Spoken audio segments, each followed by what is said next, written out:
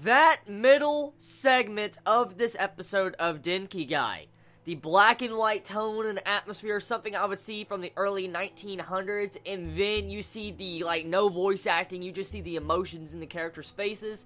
That was a very interesting and different perspective of comedy I don't see often.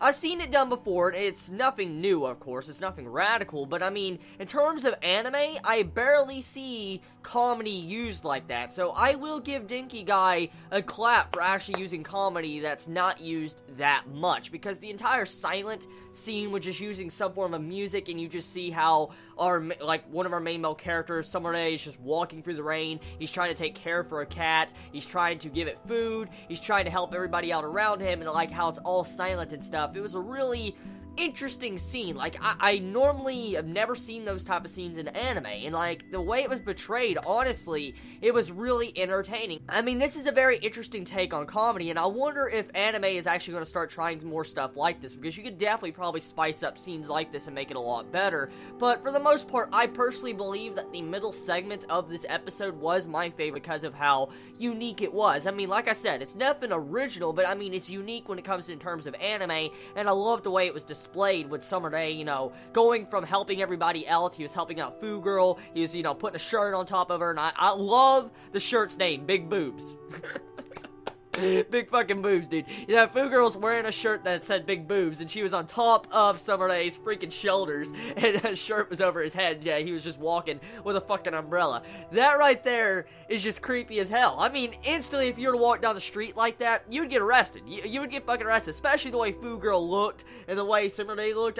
Yeah, you would get arrested on the spot. So, yeah.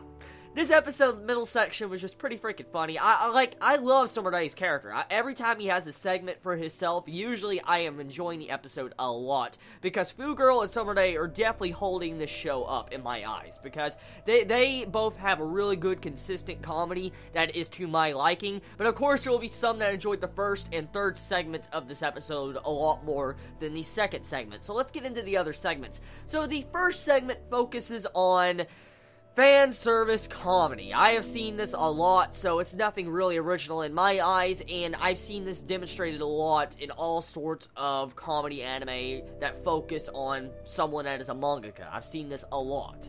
And so, when it comes to the term of comedy, I've seen it a lot, so it didn't feel as refreshing for me, but I'm not saying that everybody will feel the same way as I did, because as always, comedy is subjective, and you most likely could really enjoy that comedy, but you could probably hate the second segment, even though I loved it. So, for the most part, the first segment, it was just pretty much about, our characters like Sensei and Umio just talking about pantsu, how you should draw pantsu, what positions you should draw pantsu, stuff like that, how you can hide pantsu and still make it look like they're pantyless, stuff like that. And it's just, the comedy, I've seen it a lot, and it's nothing original in my eyes, so I'm not a big fan of that type of comedy. So moving on, the third segment of this episode focuses on this mangaka, like a new writer, a new mangaka that is coming to the store, and we find out a little bit of backstory on the store manager. The store manager, a long time ago, was actually dating this writer, and we find out that this writer actually has a lot of similarities between Hio. So this might be foreshadowing something for the future. For instance, maybe the store manager is going to fall in love with Hio,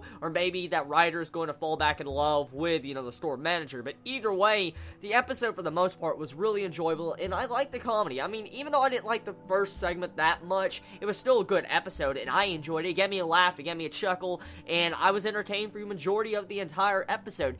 Animation quality, for one thing, I will say, the animation, it took a little bit of a downhill in the second half of the episode. I noticed a little bit of derpiness off into the background with characters, but besides that, there was nothing too extreme that is really that bad.